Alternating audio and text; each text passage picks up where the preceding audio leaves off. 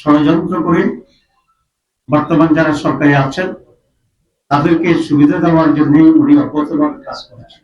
খলিলুর রহমান সাহেব পররাষ্ট্রমন্ত্রী হিসেবে শপথ গ্রহণ করেছেন, যেটা তিনি তার আগের শপথের পরিপ্রেক্ষিতে কাজ করেছেন।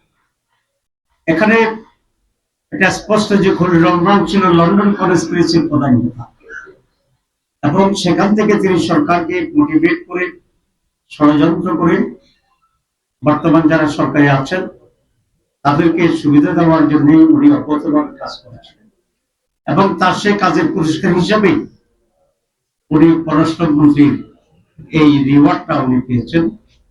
এতে আমি বিস্মিত হয়েছি বিএনপির ব্যাপারেও, কারণ বিএনপি কি এতই তার লোকজনের সংকট আছে যে একজন বিতর্কিত ব্যক্তি যিনি ইন্ডিয়ান গভর্নমেন্টে থাকার সময় বিএনপির নেতা সালাউদ্দিন সাহেবই তার বিরুদ্ধে বক্তব্য রেখেছিলেন এবং তাকে সরকারের থেকে বের করে দিতে বলছিলেন।